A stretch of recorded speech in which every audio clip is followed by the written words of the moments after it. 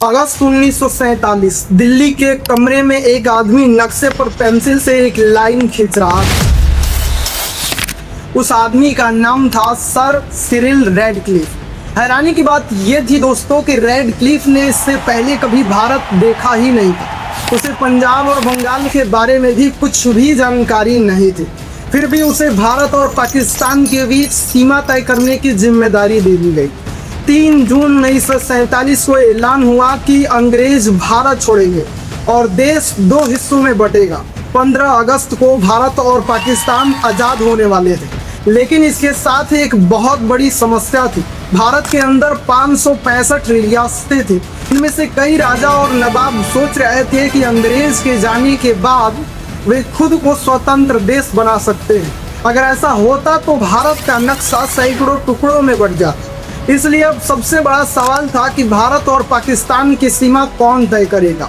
नेहरू और जिन्ना एक दूसरे पे पूरा भरोसा नहीं करते थे, इसलिए अंग्रेजों ने लंदन से एक वकील बुलाया जिसका नाम था रैडक्लिफ। 8 जुलाई 1947 को रैडक्लिफ भारत में पहुंचा। उसे लगा कि उसके पास सीमा तय करने के लिए पर्याप्त समय होगा, लेकिन उसे बताया गया कि उसके पास सिर्फ कुछ ही हफ्तों है, अर्थात सिर्फ और सिर्फ 35 दिन। उसे पंजाब और बंगाल के बीच एक ऐसी लाइन खींचनी थी जो करोड़ों लोगों की जिंदगी बदलने वाली थी। और सबसे बड़ी बात, जिस जमीन का बंटवारा करना था, रैडक्लिफ ने उसे अपनी आंखों से कभी देखा तक नहीं था। रैडक्लिफ के सामने एक और बड़ी समस्या आ पड़ी थी।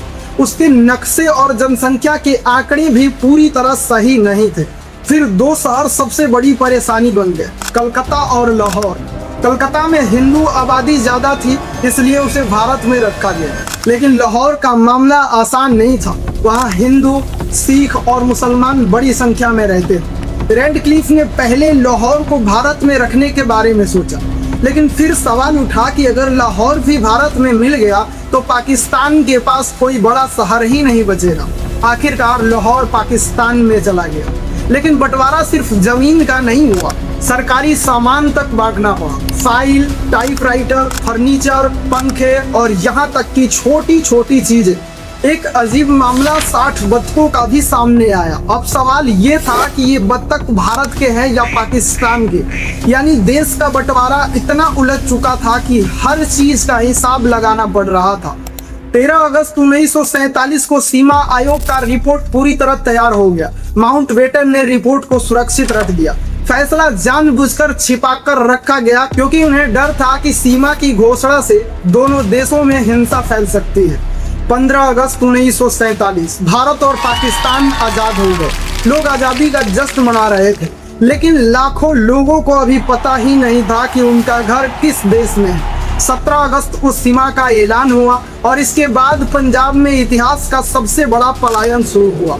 लाखों हिंदू और सिख पाकिस्तान से भारत की तरफ जाने लगे, वहीं लाखों मुसलमान भारत से पाकिस्तान की तरफ निकल पड़े।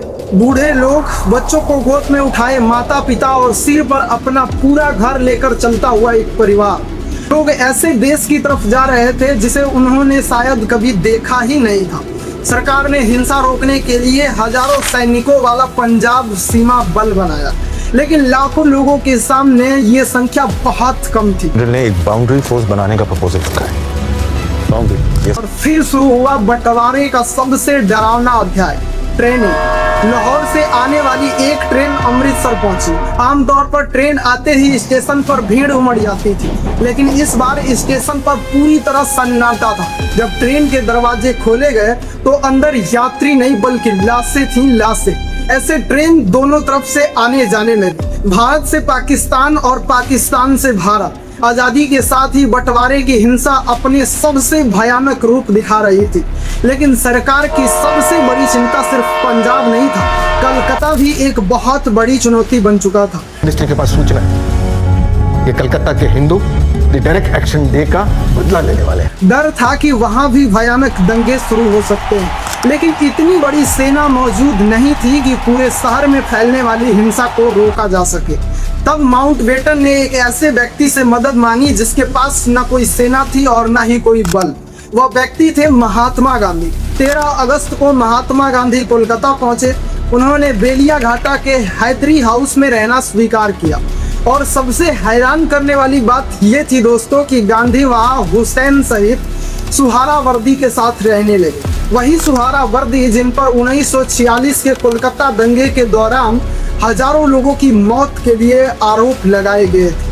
15 अगस्त को पूरा देश आजादी का जश्न मना रहा था, लेकिन गांधी का ध्यान जश्न पर नहीं बल्कि शांति पर था। उस दिन कोलकाता में कोई बड़ा दंगा तो नहीं हुआ, लेकिन कुछ ही दिनों बाद वह पंजाब से हिंसा की खबरें सामने आने लगी और कोलकाता का माहौल फिर से बिगड़ने लगा।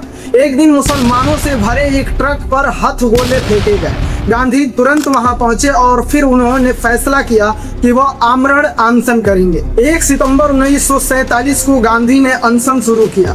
कुछ ही दिनों बाद उनकी हालत पूरी तरह खराब हो गई। जैसे जैसे उनकी हालत की खबर फैलती गई, हिंदू और मुसलमान दोनों उनके समर्थन में आने लगे और फिर कुछ दंगाई गांधी के पास पहुंचे। उन्होंने अपने अपराध को स्वीकार किया। कुछ लोगों ने अपने हथियार गांधी के पैरों में रख दिए। जिन लोगों ने कभी मुसलमान के खिलाफ अपना हथियार उठाए थे, अब वही लोग उनके घरों की सुरक्षा करने लगे। 4 सितंबर को करीब 73 घंटे बाद गांधी ने अपना अनशन तोड़ दिया। इस घटना को इतिहास में कहा गया कलकत्ता का चमत्कार। लेकिन भारत के सामने अभी भी एक बहुत बड़ी चुनौती थी, 565 रियासतों को भारत में मिलाना।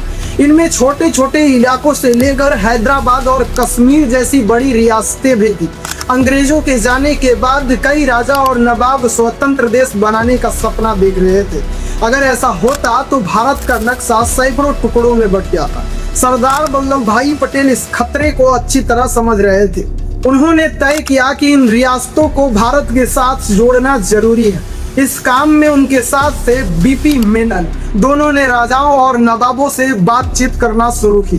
उन्हें भरोसा दिया गया कि भारत में शामिल होने के बाद उनके खिताब, महल और कई विशेष अधिकार रहेंगे।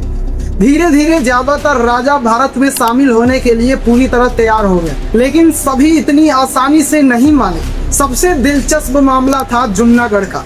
जुन्नागढ़ का नवाब मुसलमान था, जबकि वहां करीबन 82% आबादी हिंदुओं की थी। इसके बावजूद जुन्नागढ़ ने पाकिस्तान के साथ जाने का फैसला किया। पाकिस्तान ने भी इसे स्वीकार कर लिया, लेकिन सरदार पटेल इसके लिए तैयार नहीं थे। भारत ने दबाव बढ़ाया और आखिरकार नवाब पाकिस्तान भाग गया। इसके बाद वहां जनमत संग्रह कराया गया। लोगों से पूछा गया कि वे भारत के साथ रहना चाहते हैं या पाकिस्तान के साथ, और भारी बहुमत ने भारत के पक्ष में वोट दिया। जुन्नागढ़ का मामला भी सुलझ गया, लेकिन अब सामने थी सबसे बड़ी रियासत कश्मीर। कश्मीर के महाराजा हरि सिंह हिंदू थे, लेकिन वहां की आबादी का सबसे बड़ा हिस्सा मुसलमान था। हरि सिंह न भारत में रहना चाहते थे न पाकिस्तान में। वह कश्मीर को पूरी तरह स्वतंत्र रखना चाहते थे, लेकिन अक्टूबर 1947 में हालत इतनी बिगड़ गई कि कश्मीर पर हमला होना शुरू हो गया। बिजली चली गई, फोन की लाइनें काट दी गई। महाराजा की सेना भी हमलावरों को रोकने में पूरी तरह कमजोर पड़ रही थी। अब हरि सिंह के सामने कोई आसान रास्ता नहीं था। उन्होंने भारत सरकार से मदद मांगी। भारत ने कहा कि मदद तभी मिल सकती है जब कश्मीर कानूनी रूप से भारत में शामिल हो। इसके बाद महाराजा हरि सिंह ने भारत में विलीन के दस्तावेज पर हस्ताक्षर कर दिया।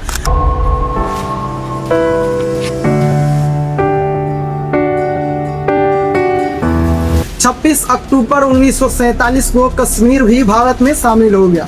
अगले ही दिन भारतीय सैनिक श्रीनगर पहुंचे। हमलावरों की एक बड़ी गलती थी कि उन्हें जल्दी से जल्दी श्रीनगर हवाई अड्डे पर कब्जा करना था। पहुंचकर एयरपोर्ट पर कब्जा करने का प्लान था ताकि हिंदुस्तानी एयरफोर्स वहां लैंड न कर पाए, लेकिन बारामुल्ला में फंस गए थे। लेकिन वे बारामुल्ला में रुक गए। वहां लूटपाट में उनका काफी ज्यादा समय नुकसान हो गया।